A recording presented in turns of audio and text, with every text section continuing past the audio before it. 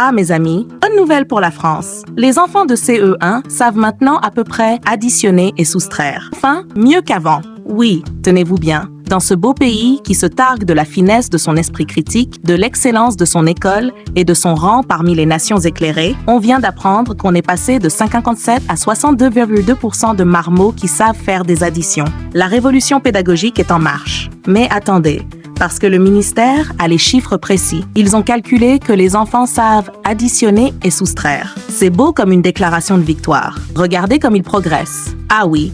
Maintenant, on est passé de 55,1 à 63,7% de petits génies capables de retrancher un 2 d'un 3. Ah, on souffle, on respire, parce que 2020, c'était l'angoisse, hein?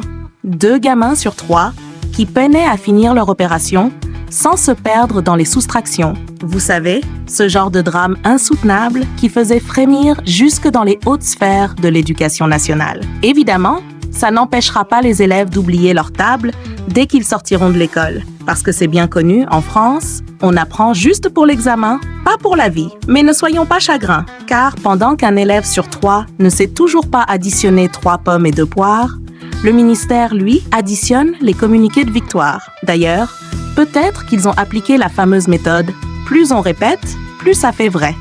Même si ça marche mieux avec les slogans de campagne qu'avec les additions. Et puis, ne soyons pas naïfs, cette belle progression, c'est sûrement un clin d'œil pour compenser les maths du niveau collège-lycée, là où on décroche des chiffres en chute libre. Entre 2 enquêtes internationales PISA, qui nous rappellent qu'on est un peu à la traîne, on nous réchauffe la statistique des CE1 en mode « tout va bien, on gère ».